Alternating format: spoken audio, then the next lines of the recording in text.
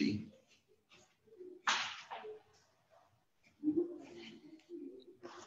It's Wednesday afternoon again. Thank you for joining us. My name is Jim Bachman with the Maryland Wineries Association.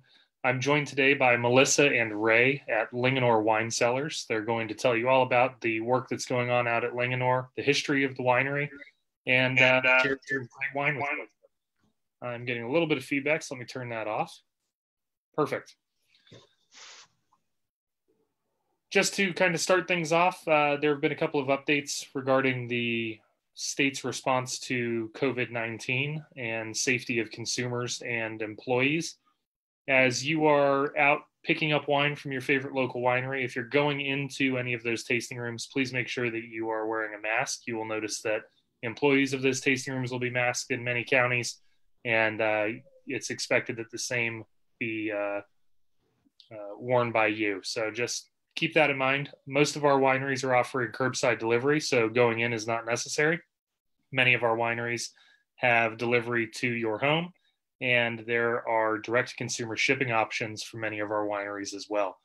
I will add links to all of the wines that Melissa and Ray talk about today, and you will be able to find ways to purchase them and take them home with you so you can celebrate Maryland wine, even as you practice social distancing. Super exciting, I know, but I like to get all of that out of the way. Please, if you're watching us and you have any questions, throw your questions into the comments. We'll answer them as we go. Melissa and Ray have a lot of great stuff to talk about, so I'm not going to hold us up anymore. I'm going to pass it right over to them. Melissa, you want to kick it off? Yeah, sure. Well, welcome everyone. Happy Wine Wednesday, I guess. I am Melissa Aellen. I am the third generation winemaker here at Linganore Winecellars.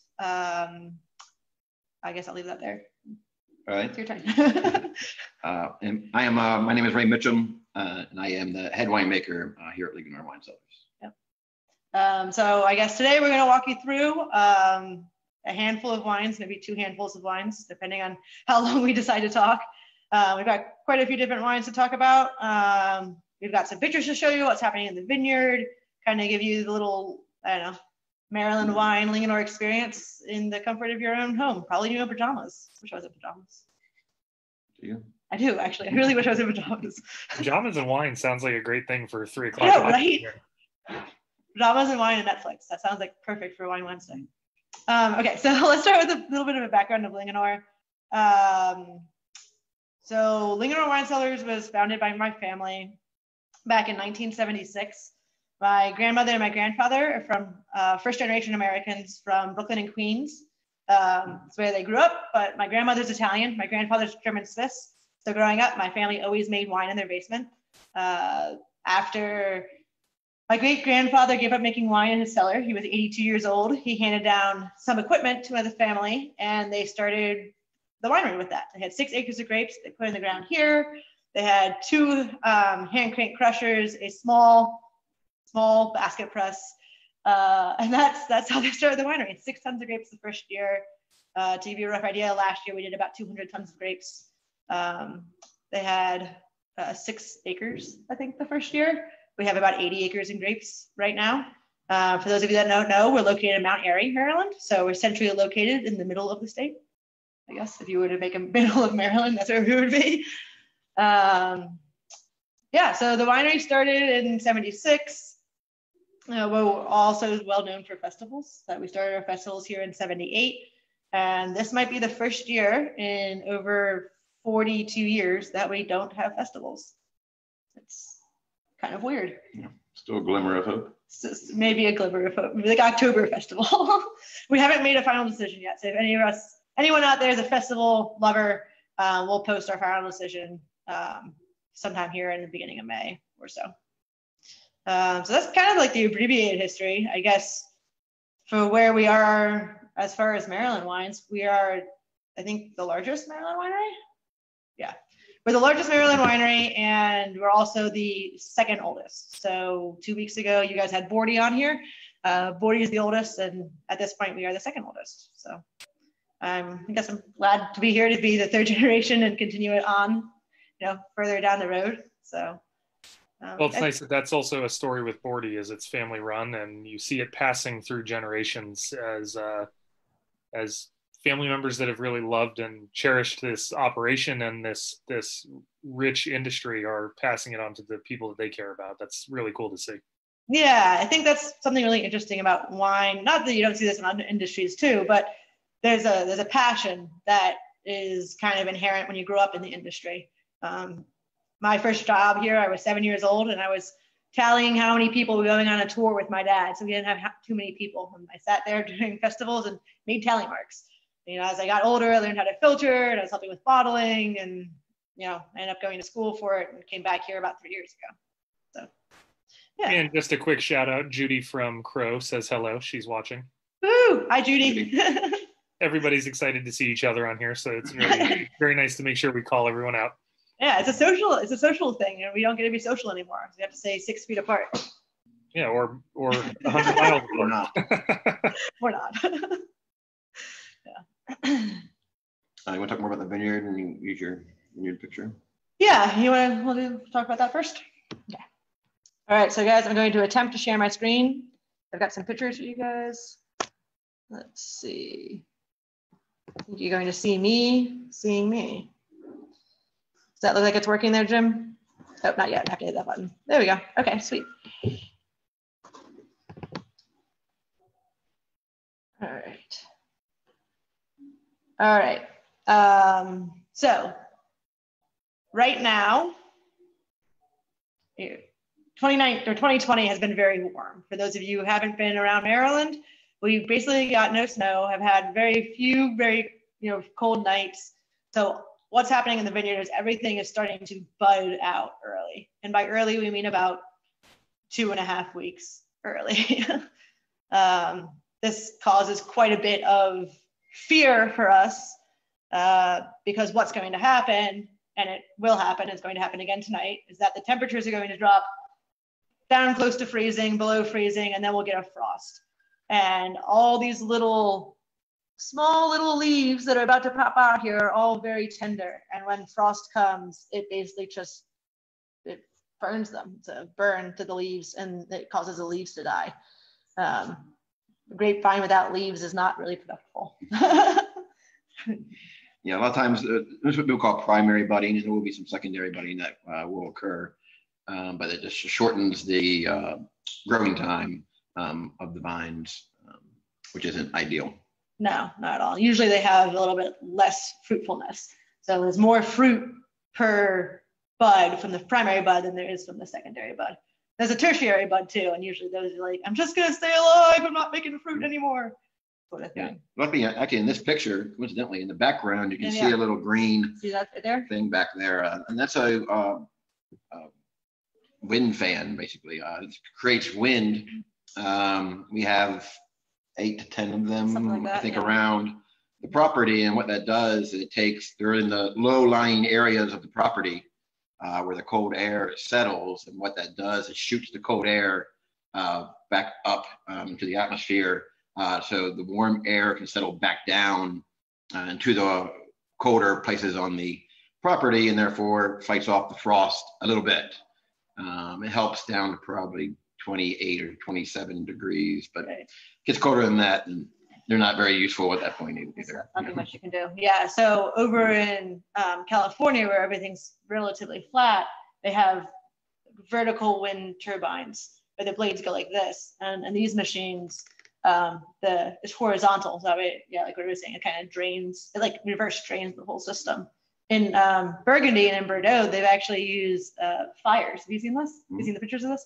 Where they make like little like bonfires throughout the vineyard to try to keep the air temperature warmer. So as the cold air moves in, the fire's there to heat it up, so that way it doesn't cause the grapes to freeze, which is pretty cool.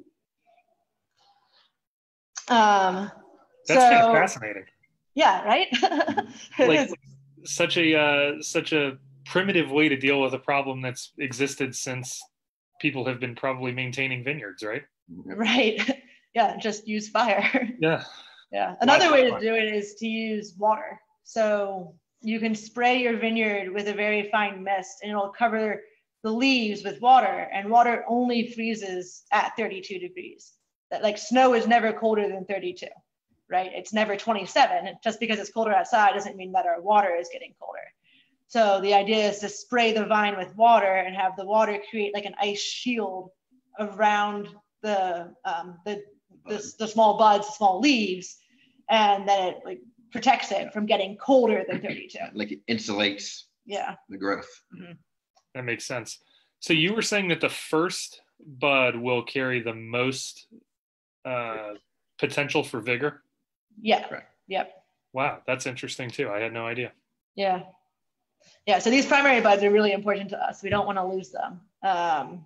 And, you know, frost is just one thing, and it's something that we're super aware of this year because the frost-free date in Maryland isn't until actually Mother's Day. Like the middle of May is when we can basically guarantee there won't be frost. And we are, well, so this first picture here, this was taken on a week and a half ago. Yeah, it was taken on the 3rd of April. So this isn't quite what we would call bud burst yet, or bud break. Like this would be bud break, but we're only like a day or two away from this bud having bud break. So let's call bud break the 6th of April. Typical bud break in this region is usually between the 18th and the 24th. So we're 2 to 3 weeks ahead. 2 to 3 weeks ahead. As long as we don't fry the small tender leaves, that can be something really great because then we get a 2 to 3 week longer growing season, right? So our grapes will be more mature by the time harvest comes in August, that we could potentially have really good grapes and really high quality wine as long as we can make it through all the weather things that are going to happen to us between now and August. Frost is the first, and then who knows, it could be 2018 all over again and we get lots of rain, or there could be a hurricane, or there could be a tornado, or an earthquake, or hail, or the coronavirus. I don't know. Lots of bugs, yeah, all those things. So after you get, so this is what we would call bud swell, and after bud swell, you get bud break, where the first few little leaves kind of pop out. And I would say right now our Cayuga and our Niagara is at the bud break stage. The Chamberson that we have is at the bud swell stage. Most of our vines are going through bud swell right now. Some of them are still pretty dormant. I think Petit Verdot usually is one of our later ripeners. That one's still quite dormant. Probably here in the next week or so. To your point about progress and kind of the early stages of where things are right now, mm-hmm. Lauren Zimmerman from Port of Leonardtown Winery is on with us, and she mentioned in the comments that in their vineyards, they're seeing 3 to 4 leaves on their new shoots already. Oh no. She made a very concerned face emoji as well. I would imagine. Oh no, Lord. I hope you guys have no frost. Best of luck. Yeah, so so this is maybe like 2 or 3 leaves. This next one here, you can see like each little bud has a couple of leaves, and I've got it close up here. We've got 3 or 4 leaves looking like per shoot happening. This picture is not from this year. This is from last year. Right. This is from last year. Yeah. I think that's all the vineyard pictures. I got the vineyard map next, but we can save that for. Yeah. Well, we can talk about it. We're talking about vineyard. Okay. Okay. So I decided to throw up here a vineyard map that I made a couple years ago for our employees to be able to talk more about the vineyard, because we're on a pretty large property. It's 230 acres that my grandma owns here. And we've got, like I mentioned, 80 acres of grapes. So we're currently sitting inside this barn right there in our barrel room. But you can see that the whole block is quite large. So if you've ever been here before, this is the road that you come in on Glisson's Mill, and you drive down the long straight lane and then kind of veer to the left and come down to our parking lot. The winery is here, and then Red Chapman Farm Brewery is right there. So as far as talking about blocks goes, do you want to talk about this one? I don't know to cover the blocks, but we can talk about from all the varieties we have. Yeah. On the property. We have all 3 groups of grapes planted on the property. We have Vitis vinifera. We have also hybrids, and we also have some native varieties on the property as well. We have, I think, 22 different varieties there. I guess you can see on that map. We'll go over a few of those today. specifically, maybe some of the ones that we think are better growers with the Vita vinifera. We're going to go over Chardonnay and Cabernet Franc today with you guys. Yep. And we're also going to go over a couple of the hybrids that we also think are very strong for us here, which is Chambourcin and Cayuga. And then we'll taste a few things that are actually not from the property, or at least one thing not from the property, yeah. Which will be mead, and we do not grow honey or harvest honey, or yeah. What it's called. We don't farm. We're not beekeepers. Yeah, we're not beekeepers. No.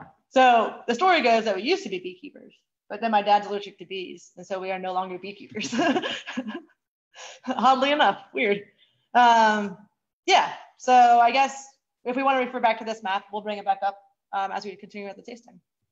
Can you answer one quick question for people that might be watching? Sure. When you have this map laid out in blocks, you have different varieties in the blocks. What does the block represent? Is it a soil type? Is it a planting era? What does that represent to you? A little bit of all things. There is some soil differences. Most of it is elevation difference, really, for us, which is, and also slope. Some of these are on hopefully southern facing slopes. That's the ideal slope you want in this area, because you get the most sunlight that way on a southern facing slope.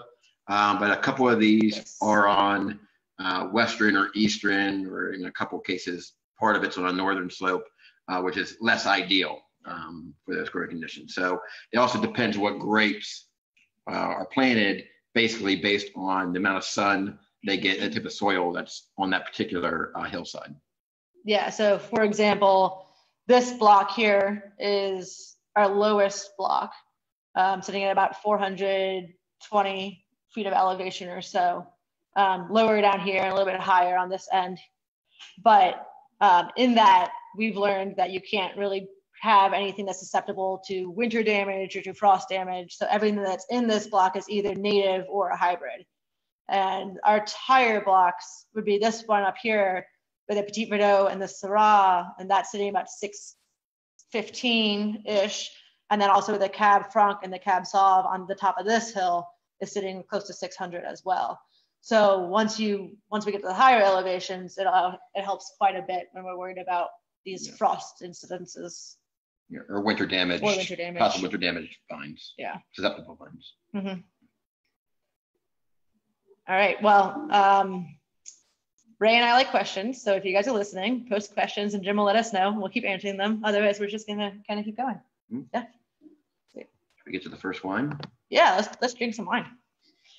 Okay, so the first wine we have today is White Raven. Oh, wait, we were going to talk about the different brands. You can. Okay.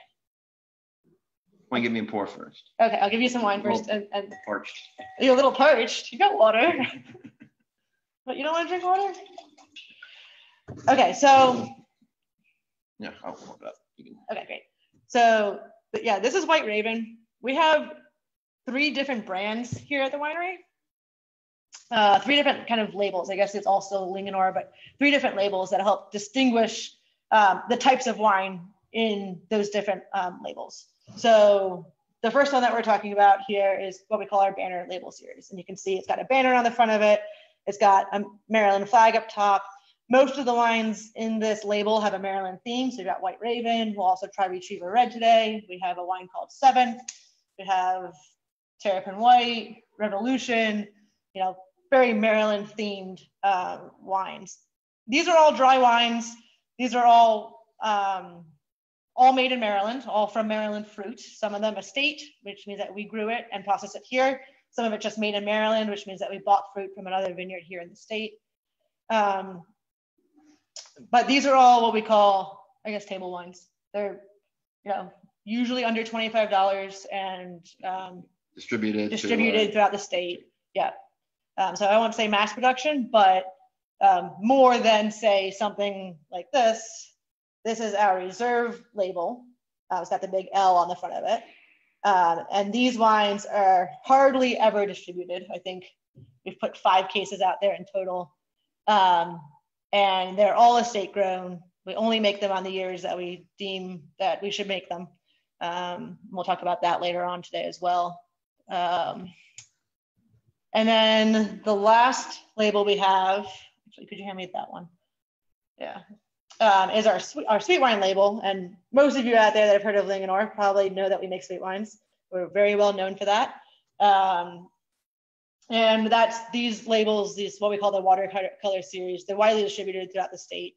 Very easy to find as well. Okay, so with that being said, now that you understand the 3 different brands, we're going to focus probably a little bit more on the dry wines today. Ray and I put a lot of time and effort into those, and we really enjoy them. So we'll spend some time talking about that, and then we'll touch on the sweet wines kind of at the end.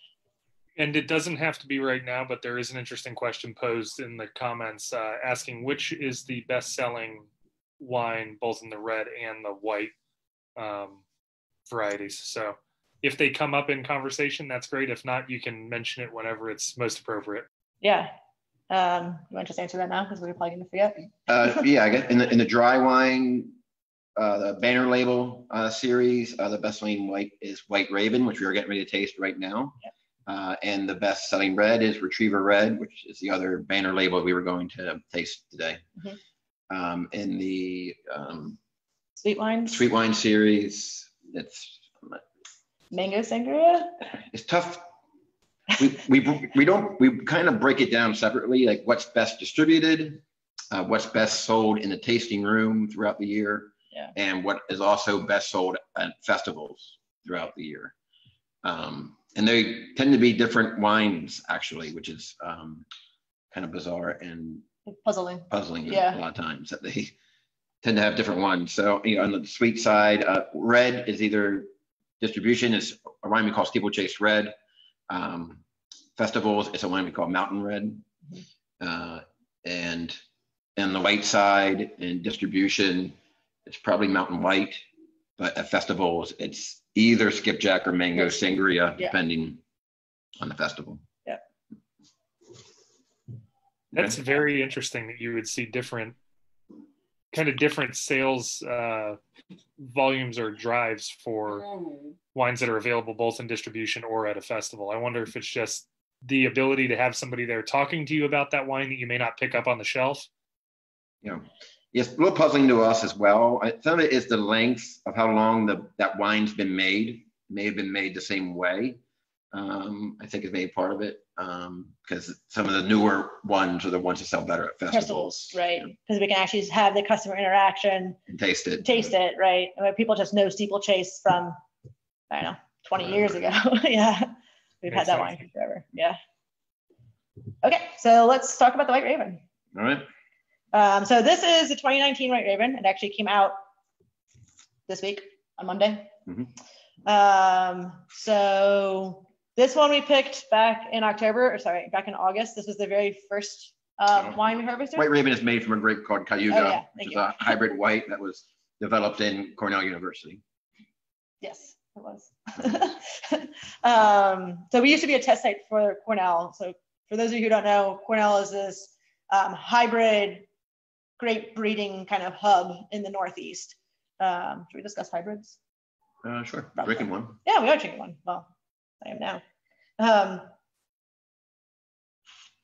So hybrids they're created for a couple of different reasons, but mainly it's to have a grape that grows better given the climate that you're in. So we have hot and humid summers, we have frost issues, we have bugs, we have mildew, we have pests and diseases. Sometimes it rains a lot, sometimes it doesn't. A hybrid grape usually has more flexibility. So there are hybrids out there that are great for -40 degrees, during the winter, like great for Minnesota and Vermont and Maine. There are hybrids out there that are wonderful when it gets too hot. We've got some of those here that worked well for us last year. I guess we should say hybrids are not GMO.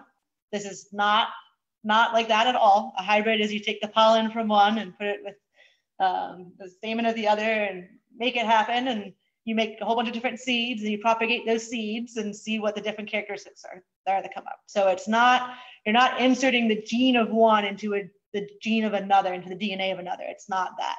A hybrid is more kind of like crossing two different flowers together to make a third type of flower. It's cross-pollination. Right, exactly.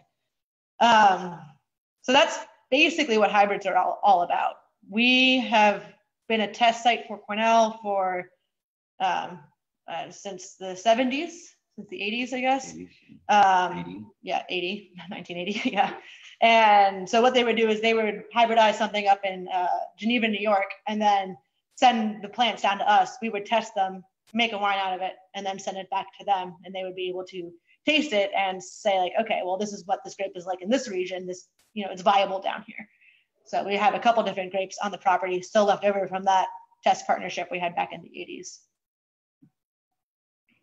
White Raven. We'll get back to this again. Right.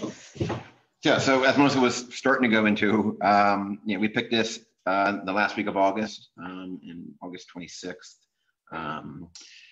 We picked it at 19 bricks. 9 bricks is a measurement of sugar, for those who don't know. Usually we pick things in between about 19 and 23, 24 bricks. Cayuga is a grape, though, that ripens very early and then poops out really fast. Just kind of quits on you. You regularly don't see bricks above maybe 21. Is maybe about the highest we typically see, maybe 21 and a half, I think, in 17. Yeah, but we hardly ever push it that far. No, yeah. You also pick it early because it has nice brighter acidities. If earlier you can get to it, as long as you have some full ripeness of the fruit. Right. If you wait a little too long, then it doesn't have that acid, and it kind of gets a little, what we winemakers call flabby. I'm gonna say it again, flabby. I recently, what? That's a fun word. I know, right? So I recently gave a class at a local community college, but because it was on a campus, I wasn't allowed to do any tasting, but I'm sitting here trying to explain to students what flabby means. And one of the students, it was a culinary school, and one of the students was like, oh, is that what it's like when you don't have enough salt in your food? I was like, yes, that is exactly what flabby wine is, when you don't have enough salt in your food. That is a very good analogy. So you try to imagine that if you're a home cook out there and you like to make food and realize you don't have enough salt, imagine that's what wine is without enough acid. It's flabby. I said it again. All right, so this is from Block A. We do 2 different types of kind of vineyard management when it comes to Cayuga. Different pruning styles. Right, so do I have that? I don't really have that in the pictures though. So one of the pruning styles is when you have the kind of the main cane, is what is called a cordon or cane, depending on your pruning, running along a wire that's only about 2.5 to 3 feet off the ground, and then all the shoots grow up from there. Called a vertical shoot position, because your shoots are positioned vertically. Or VSP. Or VSP for short, in fact. The other one is, that's pretty common, it's called a high wire cordon, where the trunk comes all the way up to about 5.5, 6 feet off the ground, and then the cordons run horizontally, and then the shoots come off kind of like this. So in one system, your grapes are much lower, but the leaves are all above, so they get a lot more sunlight, airflow, they dry out quicker with the morning dew to prevent rot, mildew, that sort of stuff. The other system, your grapes are a little bit more covered because your canopy is kind of all over the place and your grapes are like stuck inside. Yeah, it's a way to really control the amount of sunlight that can get to the fruit, and control your yields a little bit better too, because you have better view of how much fruit is there and where it is. Right. Yeah. Do specific types of grape varietals respond differently to each of those? Yeah, there's vertical growing grapes, and there's downward growing grapes, and there's horizontally growing grapes. So you can try to take a grape that wants to grow down and try to grow it up, and you'll be struggling with it all summer long. They do not like it. So this before you plant those grapes, you should have a plan for how you're going to manage them. Exactly. Right. Yeah. Spacing is also key. The spacing in between vine is very important when you're trying to decide what kind of pruning style you think you're going to use. So yeah, you need a lot of foreplanning. Even cover crop then becomes important as well. There's a lot of factors that go into it. Yeah, it's like it's a whole topic you can really do as a career. So this one in particular is grown on that VSP system, so it gets a lot more of that sunlight, a lot more of that airflow. We find it to be pretty noticeably different than the other block. that's grown on that higher system. So this one we use for our dry wine program to make White Raven. The other one ends up going into Skipjack and Mango Sangria. We should talk about this one. It has notes of melon, kind of like a yellow apple, I would say, today. 2019 was a really kind year. One of the better vintages that I've been a part of, for sure, in my 16th year of winemaking and grape growing. So the acidities are nicely balanced this year, especially in the whites, and hopefully the next one we get to the rosé. Just really perfect balance between just acidity and mouthfeel for me. 19, and happy to be drinking 19s and no longer drinking 2018s. Well, Can I we make are a quick 18. request? Yeah. Would you mind offering some pairing suggestions for what you've covered and pricing for people so they have an idea of what they may expect? Sure. So this 2019 White Raven, we actually just increased the price on it. The 2018 was $15, and this one is now $16. We're like way up there. That's including tax. Yeah, that is including tax. It is $14.27 on the shelf. The pairing suggestions for this. So if you've never had it before, it's like a Pinot Gris. It's got a nice aromatic nose, but it's not overpowering. It's got a little touch of residual sugar to balance the acidity that we talked about earlier. Appetizers, seafood, chicken, kind of your typical white wine pairing. Nothing overly flavorful because it doesn't have a lot in and of itself to kind of hold up. Yeah. You want to do the 7th next or the Chardonnay next? Let's do Chardonnay. Okay. So this is our 2018 Chardonnay Reserve. As we alluded to moments ago, 2018 was not the most fantastic year. For those of you that have the ability to not remember things, we'll help you remember that it rained a lot. A lot and a lot and a lot. I think that was probably the most challenging year either of us have ever seen for winemaking. Yeah, luckily the skies didn't completely open up until about the second week of September. So we were able to get 3 or 4 of our whites off before the floodgates really opened. And Chardonnay was one of those varietals that we got in literally like days before. Yeah, September 7th. Yeah, and I think the rains came like the 10th. Yeah, 11th, somewhere in there. Yeah. So we were able to save it and actually make a reserve wine from it. Unfortunately, in 18, we were only able to make 2 reserve wines. We usually make 6 to 7 reserve wines, and in 18 we only made 2, and they're the first 2 grapes we picked. In 18, the Vignoble, which is a reserve, and the reserve Chardonnay. We did make another steel Chardonnay, but not in the reserve label. Right, that was just in the banner label. So our reserve Chardonnay is picked, and then we age it. It's fermented and aged in oak barrels. So in 2018, we only had 3 barrels. Unfortunately, sad, very 3 barrels. Mostly due to the heavy sort that we had to do when the grapes coming in. Right. So we had that to deal with. It spent 8 months in barrel. Sorry, we fermented with 2 different yeasts. One was called VL2, the other one was CH9. I think yeast is probably one of my favorite topics, but we'll keep it brief because we've got lots of wines we want to go through. Yes. You are a yeast nerd. Thank you. I am a yeast nerd. When you go to the grocery store and you buy yeast to make bread, or try to buy yeast to make bread, because all grocery stores are out of yeast at this point. Wine yeast. You use wine yeast. You only really have one choice. You've got baker's yeast. When it comes to yeast in any sort of other fermentation, any craft beer, craft spirits, wine, there's like books of yeast to choose from, and yeast can impart different flavor characteristics, mouthfeel. They work better in different conditions. A whole different set of characteristics that you can choose to try to impart on the wine based on the yeast you're using. So this was done with 2 different yeasts because we like kind of how they work independently, and then we age them independently and then blend them together at the end. If that makes sense.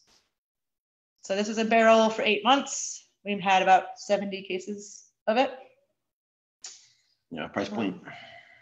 Price point on this is $27 $7 with tax, so $25.60 on the shelf. Pairings for this, I would say. My favorite pairing with any Chardonnay or any buttery Chardonnay, which this is a Chardonnay that's been through malolactic fermentation, therefore is a little softer and then buttery on the palate. And any wine, any Chardonnay that's been through malolactic, I always say to pair it with lobster because it's the most perfect pairing, I think, in the world, really. That sounds fabulous. Yeah. So Melissa, you know that I come from a beer background originally. Yeah. So I'm curious about the yeast conversation. That kind of sparked a thought for me. There are old brewing styles that relied on spontaneous fermentation from, natural native yeast in the area. Is there anything similar to that in the wine world? And if so, is it popular? Yes, and kind of. So yeah, there's a huge movement right now called natural wine. And most of what that comes down to is spontaneous fermentation. They call it either native fermentation, spontaneous fermentation is another word for it too that I'm not thinking of right now. Wild fermentation, yeah. And the whole idea behind that is you bring the grapes in from the vineyard, you crush them, you let them sit, and they do their own thing, depending on the yeast that is native to wherever you are. Many studies that I've seen done about this say that basically what you're doing is that your yeast in that spontaneous fermentation is actually just whatever the most prevalent yeast is in your winery. It's not actually coming from the vineyard. There are yeasts coming in from the vineyard, don't get me wrong, but they're not the ones that are carrying out the fermentation. They may start it and then it may die off and another yeast takes on and then that dies off and another yeast takes on. But the one that's carrying out the majority of the fermentation is the one that's already mostly in your winery. So even though we haven't fermented any grape wines here in 5-6 months, there's still yeast everywhere. It's not that we're dirty, it's just this is how yeast is. It's kind of like coronavirus, it's still everywhere. Yeah, I think the biggest issue with doing wild or native fermentation is just you have very little control over the result. You're just kind of blindly allowing it to happen. And Melissa, especially being such a yeast nerd, we take a lot of time selecting the commercial yeast that we want. We have a specific result in mind, and our minds a lot of times even change as the grapes are coming in and we're tasting the fruit and tasting the must that the yeast that we thought we were maybe going to use. We decide to choose a different yeast because we're maybe trying to get a different result at that point. And obviously, with doing a wild or native fermentation, you lose that ability. Right. And there's inherent risk with it as well. If you don't have the right nutrients, if you don't know what yeast, and maybe your yeast that you want isn't quite the one you thought was there, and then some sort of bacteria takes over. So I'm not saying that it can't be done right. I have several good friends that do spontaneous fermentations. There's even some fellow winemakers here in Maryland that do spontaneous fermentations. But there needs to be, you have to be able to accept the risk and then also be able to account for changes that may, happen as you move on. If that makes sense. Yeah, there's certainly a reason that commercial yeast vendors exist, and I think that Ray hit the nail on the head. Control and being able to manage your expectations when you're building that product line out is really there's something to be said for that. You can definitely see a business model for both approaches, and I'm glad that you touched on how it can be both a challenge, but also bring something unique to the winery doing it with spontaneity. But it's also nice when you're planning, especially for a large winery, to be able to count on consistency and the ability to kind of control what you're putting out, right? Using a commercial yeast. Yeah, and something else that is kind of fun now that commercial producers are putting out is a different yeast. So like we use a yeast called Saccharomyces cerevisiae, and it comes in many different strains. But then there's also other yeasts that are more common in spontaneous fermentation, say Tula spora. For some reason, that's the only one I can think of right now because this is what I'm talking about. Anyway, there's several different types of yeast that are not what we call non-traditional or non-Saccharomyces yeast that you can buy commercially. So you can kind of get that interchange between two different yeast that happens during that spontaneous fermentation. You can get that in the winery, but in a more controlled fashion than just kind of letting it go. So the last 2 years, Ray and I have messed around with using a Twirler Spora yeast and then finishing off with a Saccharomyces yeast fermentation. That's awesome. Yeah. Really, and some of the best wines I've ever had have been native or wild fermentation wines, but also a lot of the worst wines I've tasted have been winery fermentation wines. Yeah. So it really is. It's hard to, lack of control is challenging. Yeah. I'm used to Saccharomyces cerevisiae from the beer world, so it's interesting to hear that in the winery world too. I expected it would be a whole different wine strain or some main mother strain that would be completely different for the outcome of the two different styles of alcoholic beverages. Right. I mean, even your baking yeast that everyone has at home, that's still Saccharomyces cerevisiae, oddly enough. Check that out. Yeah. Just a whole bunch of different alcohol tolerance, pressure tolerance, everything is different between just the different strains within that one species of yeast. All right. Well, we have about 20 minutes left, and I think we're gonna like fry people's minds. Talk anymore. But okay. This is the thing, guys. Fermentation is what this is all about. It's really cool to see how you can really start with something that people would take for granted, fruit juice, and turn it into something fabulous through microorganisms and controlled use and a lot of intelligence. Yeah, lots of science, lots of art, lots of wine. So what's next? So next up, we've got our seventh. So for those of you who don't know, Maryland is the seventh state. So we were the seventh state to join the United States, hence the name Seventh. This is back into our banner label with the Maryland themed names. Seventh this is the 2019 Seventh. This is made from a grape called Chamberson, which is another hybrid. Chamberson does really well for us on this property. We actually have it in 4 different blocks across the property. We make it into about 10 different wines. It's nice to see the color. Yeah. This year, when we went to make this rosé, we finally had time, I guess, or the ability to put it as something like kind of importance in our program. That sometimes rosé gets kind of pushed to the side and we get too much extraction. The color is too dark. It's a little bit too bold. It's not what we're looking for. It's not as delicate. It's like doesn't have the finesse that we're looking for. And with the 2019, we put our foot down. It's like, no, we will pay attention. We will be on top of this. We will make the time to make this happen. Yeah, it's just a very small window to really make a good one. So yeah, getting the pH and the TA correct, also without any herbal or herbaceousness associated with it. It's really a 2 or 3 day window. And then if you have bad weather in those 2 or 3 days, and again, it can become challenging, but there was no bad weather really in the harvest of 19. So we were able to really nail it on the head and really hit the wine out of the park on this one. Yeah. So for this, there's a couple of different ways to make rosé. One of them is to take a red wine and a white wine and blend it together. And that's called the blending method. Typically, that's what you end up with blushes, usually a little sweeter rosés. They're not as balanced because you're putting 2 kind of different things together. The other way is called the Saignée method. So when you make red wine, the skins and the juice sit together during fermentation to get the extraction. So for Saignée, you take out, it means to bleed in French, Saignée. So you take out a little bit of that juice after a couple of hours that the juice and skins have been staying together. So you end up with something that's a little red or pink. And then you ferment that. The idea with that method is really to make your red wines better. Yeah. Really wasn't made as a way to make rosés. It's become that a little bit because you have this pink juice and you're going to just ferment it and make it a wine. And right. A lot of times it doesn't make the best rosé in the world because it's again been over ripened because you picked it when the reds were ready. You didn't pick it with the intent to make a rosé. Right. It's really again a way to change your juice to skin ratios to make your reds a little deeper, darker, maybe better colored. Yeah, bolder. Yeah. And then the last method is what we did with this, is that you pick your reds, you pick your red grape that you're going to make rosé out of as if it were a white grape.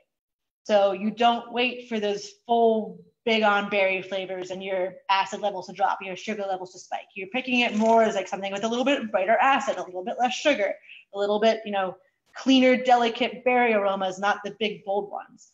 And then you bring that in, you basically press it off right away, and you end up with a light color. You don't have any skin contact farther than what it has after it's been picked and when it's in the press.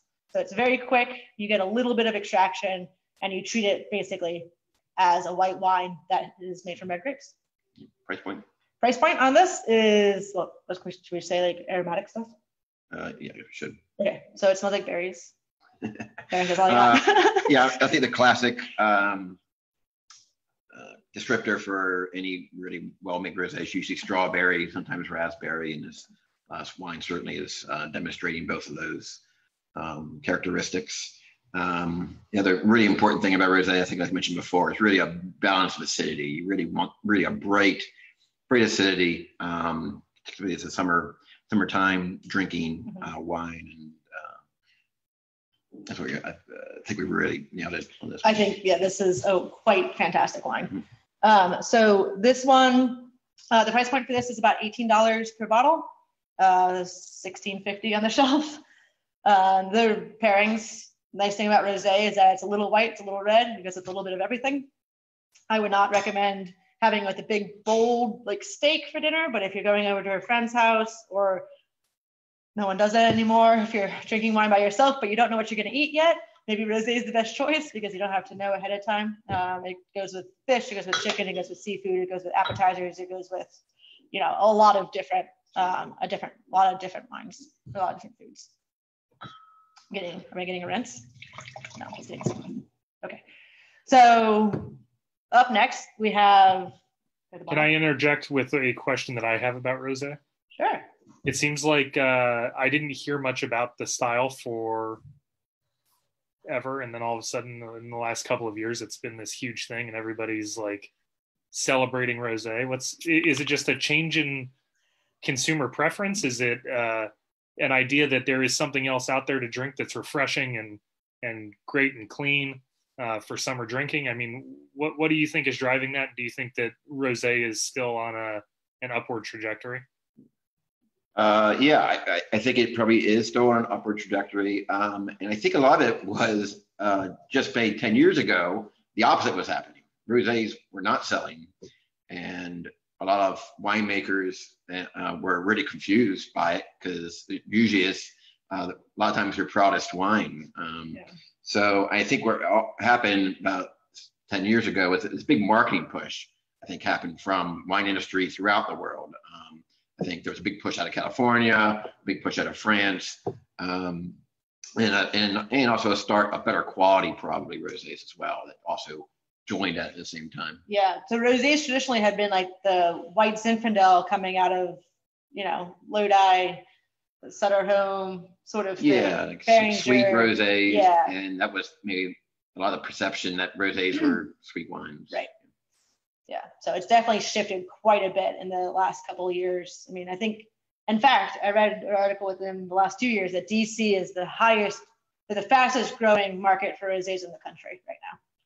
So, I know, out of all places, DC. There you go. Well, the summers in this area do kind of suck. That is true. You need something nice and refreshing. That's a good way to go. Yeah. All right, wine 4. There's our 2017 Cabernet Franc. Mm-hmm. You want to talk about it? And I've talked about the other ones. Sure. For those who aren't familiar with Cabernet Franc, it's one of the Bordeaux varieties. It's a Vitis vinifera grape, and it's a very successful grape here in the Mid-Atlantic. A lot of grape growers, viticulturists are having a lot of success with Cabernet Franc. And we are no exception to that. It's been a wonderful grape for us. In 2017, we submitted this wine to James Suckling, who scored it at 90 points, which is an amazing score for an East Coast vinifera red. So we're proud of that as well. You want to go over tasting notes? Or? Yeah, we can go over tasting. So I guess, in 2017, we had a very, not as good as 19, but it was a hot, dry summer. We had a little bit of issues with some rain in the fall, but for the most part, it was pretty dry through September and October. This is all hand-picked. We fermented in bins, which will hold the heat a little bit better. We have a portable glycol chiller to help kind of manage our cap temperature as we go. Yeah, we do an extended maceration also in the Cab Franc. Right. We go anywhere from usually 5 to 14 days, depending on the ripeness of the fruit. Is probably the main determination of how long we go. But we're tasting it every day through this extended maceration and trying to really find the right time to pull it before any herbaceousness creeps in. Right. And we're maintaining this bright fruit. Yeah. So this one was aged in, 3 new barrels, 2 second-year barrels, and 2 third-year barrels for about 10 months. After that, it's been bottle aging since the summer of 2018. We released it last December of 2019. No, maybe March of 2019, I think is when we released it. So it's been out on the shelf now for about a year, spring of 19, yeah. So it's been on the shelf now for about a year. We just opened this bottle right before we hopped on this. This wine is still big and bold. It could use some more time in the bottle, but also just opening it up and letting it sit, like decant it, or even let it, like if you're like us, you let it sit for maybe a couple hours and come back. A little bigger Cab Franc than most. This will lay down well in a cellar. We probably think it will probably peak in 5 to 10 years really down the road. For those who have the patience to do that, which for those who don't, it's not many wine consumers out there. But yeah, if you do have the patience, I would let it lay for probably 5 to 10 years. And I think that's when you'll see the upward of the curve. Yeah, it's not a big fruit bomb. It's got more of the, there's like a decent amount of black cherry and like very dark raspberry to it, but it's got a nice kind of like earthiness with some tobacco in there, a little bit of like leather, and a little bit of minerality as well. Yep. And the tannins, although like we said, it's still like a big wine, they're not grippy. They're still accessible even at the age it's at now. So I would recommend buying 2 bottles, one to drink now and one to lay down to have in 5 years. See, marketing right there. Because it's big, this wine would pair with your big bold red dinners that you would imagine as steaks and other beef dishes and hearty pastas. Any red meat would go really well with this. The price point for this bottle is $35 with tax, so it's like 32 something on the shelf. Sorry, we talk with tax here. It's so nice to just give somebody the number that they're going to pay when they get to the register, isn't it? I know, right? It's like, why give them something that you have to, but we gotta add 9% to that number. Yeah, $35. We will pay some of that to the government.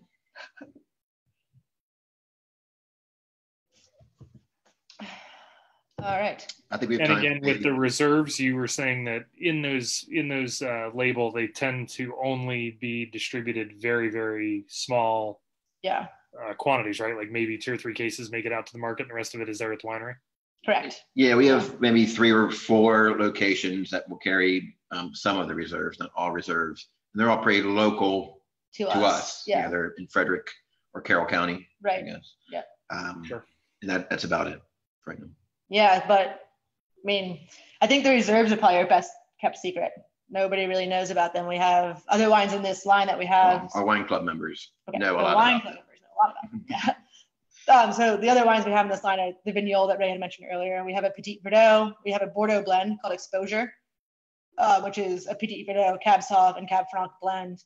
We have a high-end reserve Chambourcin called Aperture.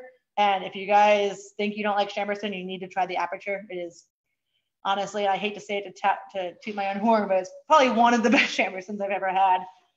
We've also done one-off projects. We did a sparkling Brut Rosé a couple of years ago in this line as well. We've got a sparkling Albarino that's coming out this fall. Yep. All right. The Aperture is fantastic. Thank you, Jim. Maybe we got time for one more. I don't know if you want to do the. You want to do the Mead or the Retriever? It's up to you, my friend. It's up to me. let's.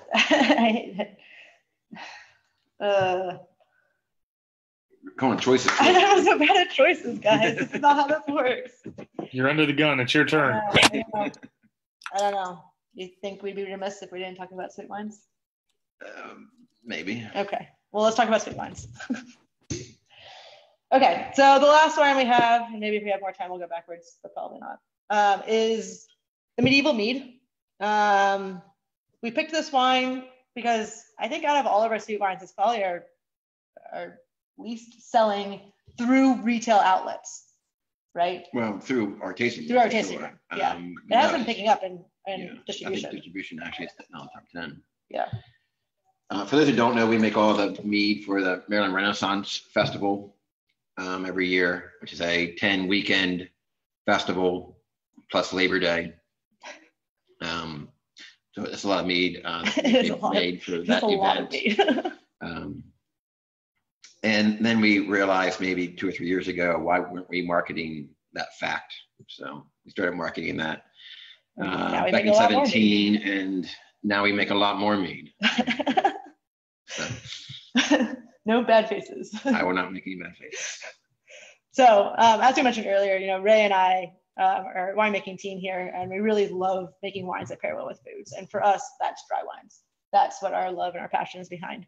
But when it comes to making sweet wines, we realize that there are a large number of people out there who enjoy having sweet wines on the patio when it's 90 degrees out, or while sitting in quarantine, or anything else. And you've got to make it. People want it. You got to make it, I guess. So we've got probably 20 different sweet wines on our list.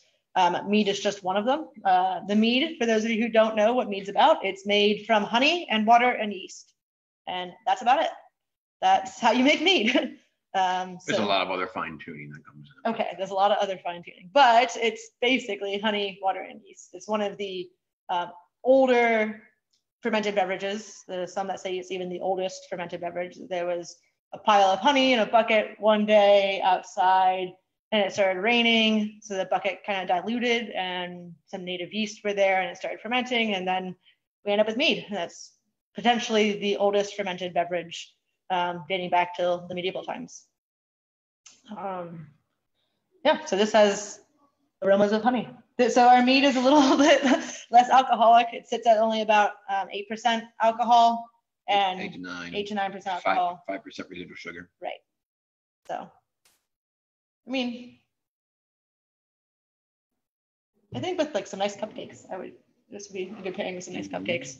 Maybe some axe throwing activity. I think, well, you know what? I was telling you yesterday, I bought a hurdy-gurdy kit. Yeah. Do you guys know what a hurdy-gurdy is? Are you going to build a hurdy-gurdy? I am going to build a hurdy-gurdy. You can sit around and play it while you drink mead. I know, right? Entertainment. I'll be like a minstrel. It'd be great. Please tell me you'll come back and do this again with some. Yeah. Me and my mead and my hurdy-gurdy. It'll be great. Yeah, so that's the mead. Yeah, I think we probably don't have time. It doesn't look like probably to get another wine in. We did have 2 others, but I think we'll back down from that. Yeah. There is a lot of people we should thank. First and foremost, our incredible customers that continue to support us through this bizarre, weird time in all of our lives. And we also would like to thank all first responders, nurses, doctors, delivery personnel, and any else deemed essential really out there. Our own employees that are currently working with face masks on. Yeah. Certainly our own employees. And any essential personnel really who's keeping the economy afloat currently, and our suppliers that are working with us to help getting us supplies so we can continue to make wine and get it out there. It has been a little bit challenging. We've had to switch a few suppliers just based on where they are and their ability to get us the stuff we need. Bottles and corks and capsules and labels, the critical stuff. So cheers. Yeah, cheers to all of you that are pulling this off. I appreciate it. And on that note, I don't think there's a better way to end. I want to thank everybody for their ongoing support of Maryland wine. Please remember that you can support your favorite local wineries through this crazy, hectic crisis by reaching out to them directly to purchase wine for pickup at their tasting room or curbside. You can look into shipping options through direct-to-consumer shipping, and a lot of wineries are offering delivery directly to your door. I don't know that you guys touched on exactly what you're offering locally, so do you want to let people know? Yeah, I was about to say, if I don't say something about this, my marketing department's going to be really mad at me. Right, so we are doing a couple different things. We have the options for order online, and you guys can pick it up at the store, or we'll deliver it to your car. We do local delivery within 15 miles. We do $9.99 shipping on all other orders through UPS. We actually had someone order wine to New York City. Your sister ordered wine to New York City. It left Friday night and made it to her 15 hours later. So UPS has been like on the ball. If you order like local, we usually say if you order with Maryland, we'll get it there in a day or two. If you order with apparently New York City, it'll be there in 15 hours. A couple other things that we have going on here is that we are a small business, and it is a small business run by a family that's trying to support other small businesses and other families. So we have a deal going on is that if you buy anything from a small business, whether it's online through your local outdoor store that's no longer open, or if you go to a restaurant, you buy it from there, bring your receipt in, email us your receipt, and we'll give you a discount code, 15% off your purchase, because we are a small business and they are a small business, and we're all in this together. That's a really awesome and generous thing to do. I haven't seen that. That's clever, and I think that you guys are, you should be commended for supporting everybody else around you. Well, thank you. But I mean, it really comes down to like, we're all community members in this together, like small businesses run this economy more than people think that they do. I think people will realize that when they start looking around. Unfortunately, I don't think everybody's going to be able to make it out of this quite the same way. And we'll see those impacts on small businesses around, and that's going to be a shame. Right. Well, keep up the great work. We really appreciate you taking the time today to join me and talk about your wonderful wines and the story of your family's awesome winery. Sure, and, no problem. When you get the hurdy-gurdy in and built, please let me know. And they have to do a cameo. Nice. And visit MarylandWine.com for any more information about the wineries throughout the state. We've got almost 100 operating wineries, and Linganore is, like we said, second oldest and still cruising, doing great things for their community and for their fans. So thanks so much, and tune in next week. We'll talk to you. Thank you. Cheers.